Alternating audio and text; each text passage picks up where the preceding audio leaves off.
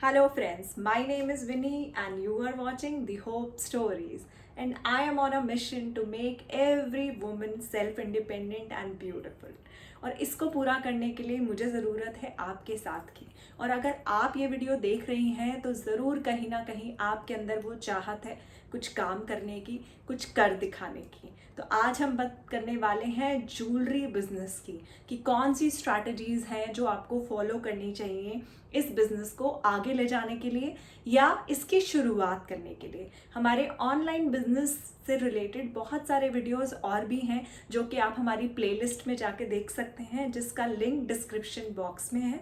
तो आपको बहुत आसानी होगी ये समझने में how to earn money with your hobbies, online business ideas for 2020, power of cooking, या how you can start your online reselling business. ये हमारे सारे पहले के वीडियोस हैं जो आपके बहुत काम आएंगे अगर आप कोई भी काम करने का सोच रही हैं या कुछ ऐसे आपके सपने हैं जो आपने अभी तक किसी को नहीं बताए। तो ये मेरी कोशिश है कि मैं कहीं ना कहीं आप सबकी मदद कर सकूं और आप अपना बिजनेस स्टार्ट कर सकें। तो आज हम बात कर रहे हैं कुछ स्ट्रैटेजीज की जो आपको फॉलो करनी चाहिए अगर आपको अपना ज्वेलरी का बिजनेस स्टार्ट करना है। तो ज्वेलरी बिजनेस की बहुत बड़ी मार्केट है इंडिया में, यहाँ तक कि मैं तो कहूँगी पूरी दुनिया में, क्योंकि जब तक औरतें हैं और औरतों का प्यार है ज्वेलरी के साथ, ये बिजनेस और तरक्की करता जाएगा।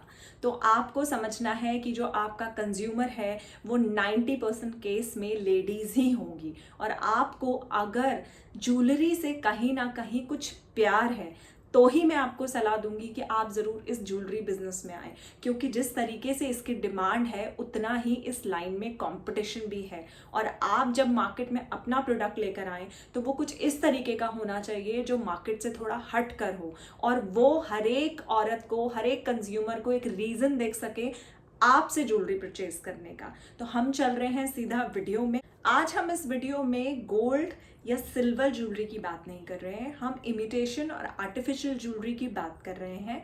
और इसमें किस तरीके से पहले काम होता है हमें उसे समझना है, इसमें कितनी कैटेगरीज इन्वॉल्व है। सबसे पहले तो इसमें आते हैं आपके मैन्युफैक्चरर्स जो बनाते हैं इस ज्वेलरी को, उसके बाद आते हैं आपके रिटेलर्स जो शॉपकीपर्स हैं जो इसको मार्केट में बेचते हैं, और अब एक कैटेगरी और आ चुकी है ऑनलाइन बिजनेस के चलते, वो है रीसेलर्स की, जो उनसे भी लेके आगे ऑनलाइन या किसी और मीडियम से उसको ज्वेलरी को सेल करते हैं।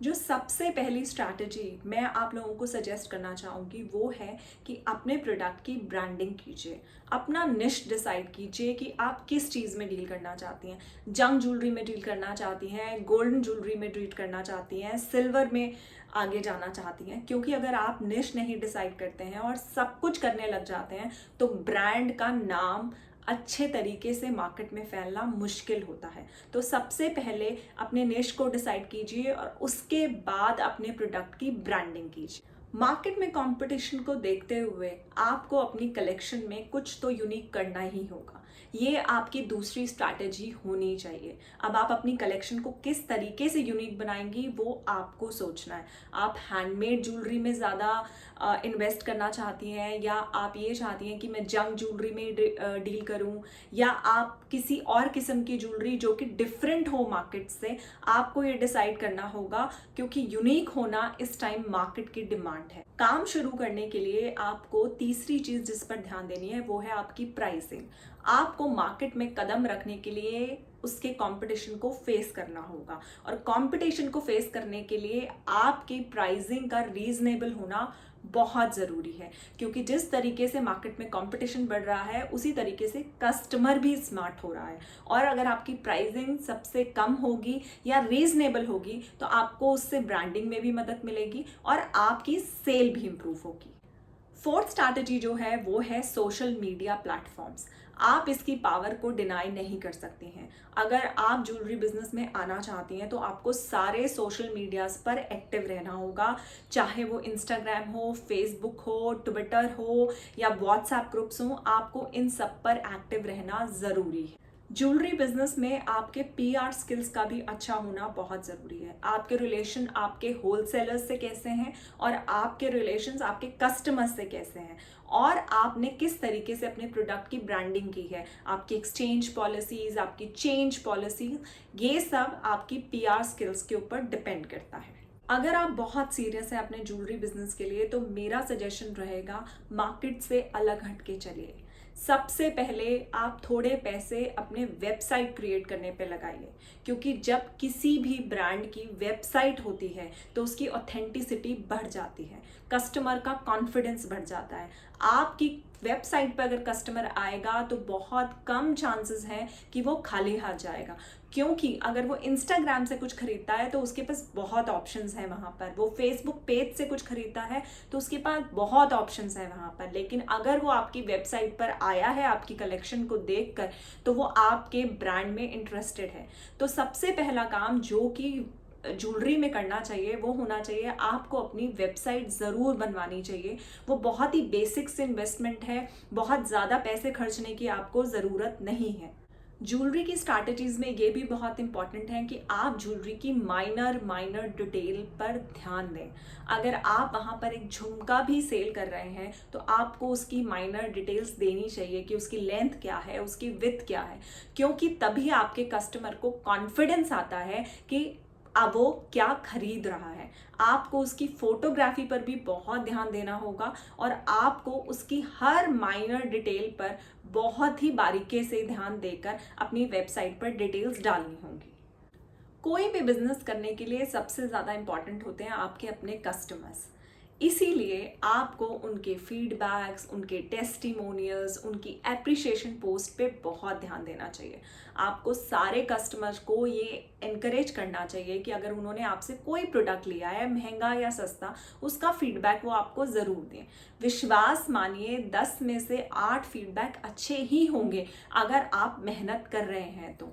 आप उन टेस्टिमोनियल्स को, उन फीडबैक्स को आगे अपनी वेबसाइट पे डाल सकते हैं, इंस्टाग्राम के पेजेस पर डाल सकते हैं।